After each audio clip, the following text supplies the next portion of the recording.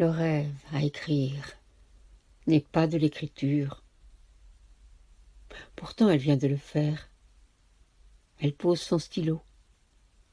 Elle aurait préféré rêver de Jersey, trouver son histoire toute écrite dans sa tête au réveil, et elle n'aurait plus eu qu'à la transcrire, comme ce qu'elle venait d'accomplir pour le rêve. Mais non. Rien que ce rêve dérangeant dont elle venait de se débarrasser en l'écrivant. Mais concernant les tacs, rien. Il fallait s'y attendre. Qu'une d'elles toutes se refuserait. La ferait galérer. Les lettres en fer forgé de l'Étaque n'amènent que des questions.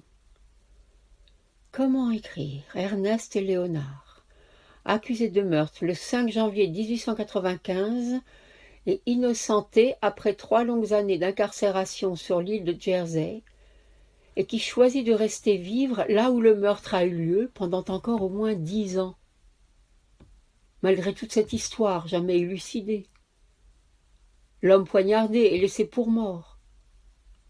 Volatiliser les 3 hommes qui seraient repartis en calèche. Le motif du meurtre dont on l'avait tout de suite soupçonné aurait été la jalousie. Il avait été fiancé à une jeune fille, mais l'engagement avait été rompu à cause de l'opposition de la famille. Or l'homme qui avait été poignardé était un ami de la jeune fille. Ernest Léonard en aurait été jaloux. 3 ans plus tard, une fois libéré, il reste habité là, à l'Étaque.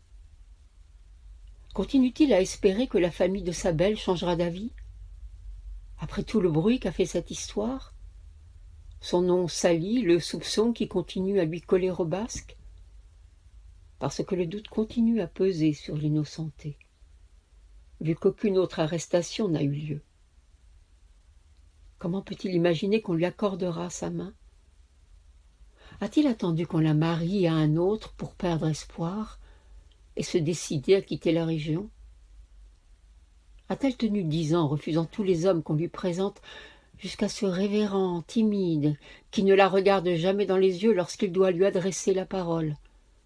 Un fourbe qui se métamorphose, une fois monté en chair, qui de là-haut prend chacun à partie, et du regard qu'il enfonce tour à tour dans les orbites de chacun de ses paroissiens, semble vouloir sonder leur âme pour y déceler le moindre de leurs péchés.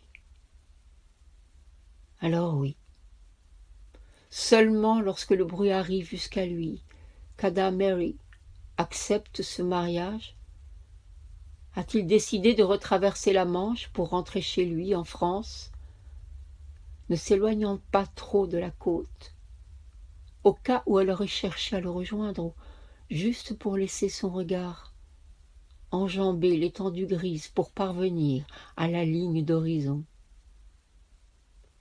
Chaque jour, il la suit des yeux. Par temps clair, elle est comme un chemin inondé de lumière, plat, sans détour, rassurant et merveilleux. Idéal pour qu'ils s'y promènent ensemble.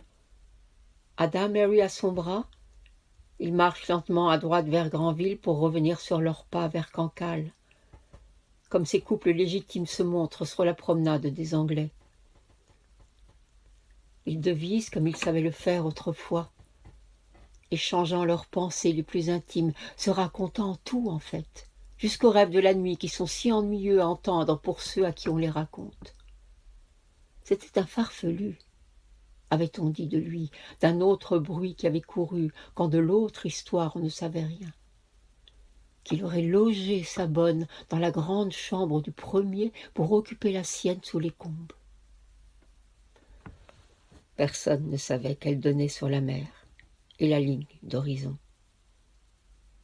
La seule de toutes les fenêtres de la grosse villa de granit qu'il avait achetée à son arrivée en France, et dont personne ne savait pourquoi il l'avait baptisée l'Étaque.